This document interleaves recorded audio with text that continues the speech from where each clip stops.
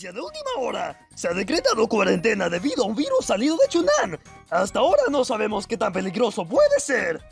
Se recomienda estar alejado de la multitud y lavarse las manos. ¡Vamos a morir todos!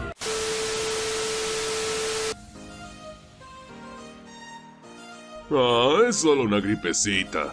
Tampoco hay que exagerar. Espera, ahora que caigo, ustedes metieron mucha gente en mi casa, en mi cumpleaños, cuando yo no estaba.